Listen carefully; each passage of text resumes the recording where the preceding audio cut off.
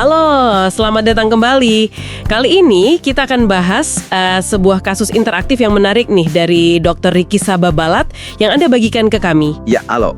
Kasusnya ini tentang nyeri punggung, tapi yang ada kaitannya banget sama postur tubuh, khususnya kondisi kifosis. Betul. Jadi tujuan kita mau coba pahami lebih dalam kondisi ini lewat kasus spesifik ini ya, yang ternyata relevan juga loh sama SKDI 2024. Oh iya. Iya, masuk tingkat kompetensi 2 katanya. Wow, oke. Penting memang ya memahami isu postur kayak kifosis ini, apalagi gaya hidup sekarang kan. Kenapa tuh? Ya banyak duduk, terus sering lihat gawai jadi nunduk, itu tanpa sadar kan memberi tekanan lebih ke tulang belakang kita gitu. Oke, menarik. Nah, langsung aja kita bedah kasusnya ya. Boleh. Ini ada pasien, laki-laki usianya 26 tahun, dia mahasiswa, keluhan utamanya yaitu tadi, nyeri punggung. Usia muda ya, 26. Iya, nah yang penting dari riwayatnya nih, dia itu sering duduk lama, terus sering juga bawa tas ransel berat. Kedengarannya umum banget ya? Banget. Umum banget dan sering gak disadari dampaknya. Nah, pas diperiksa, ada beberapa temuan penting nih. Apa aja tuh? Secara umum, posturnya dinilai kurang bagus lah. Terus lehernya itu kelihatan agak maju ke depan. Itu yang istilahnya forward head posture. Oh, leher maju gitu ya? Iya. Tapi yang paling menonjol dan jadi petunjuk utama di kasus ini, punggung atasnya itu loh, kelihatan lebih bungkuk dari normal. Atau rounded upper back. Jadi punggung atas yang bungkuk itu ya, yang jadi kunci utamanya. Betul sekali. Itu signifikan banget.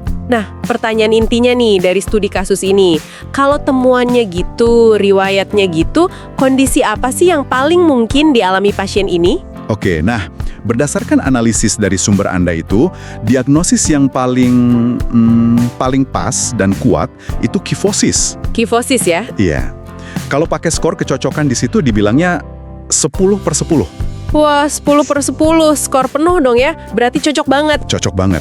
Kenapa bisa yakin itu kifosis jawabannya? Gini, definisi klinis kifosis torakal, itu kifosis di punggung atas ya. Itu kan kelengkungan tulang belakang keluar yang berlebihan. Gampangnya ya kelihatan bungkuk.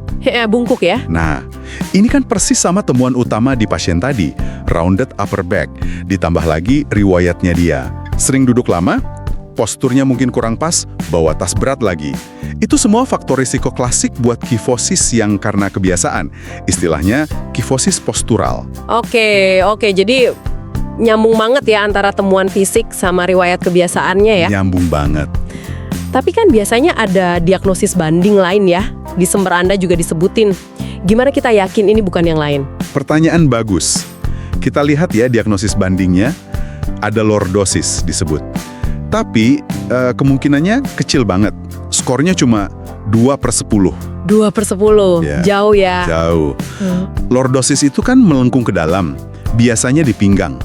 Kebalikannya kifosis lah. Terus ada skoliosis, skornya lebih kecil lagi, 1/10. 1/10, Karena kenapa?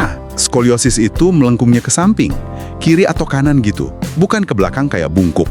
Jadi beda banget arahnya. Oke, terus ada stenosis sama bamboo spine juga disebut, skornya 1/10 juga. Iya. Kalau stenosis, itu kan penyempitan di rongga tulang belakang, jadi masalah struktural yang bisa nekan saraf. Bukan deskripsi postur secara umum gitu. Oke. Beda ya? Beda. Sementara bamboo spine, nah ini lebih spesifik lagi. Ini gambaran di foto rongsan, biasanya pada penyakit peradangan kronis kayak ankylosing spondylitis. Jadi bukan diagnosis dari lihat postur aja.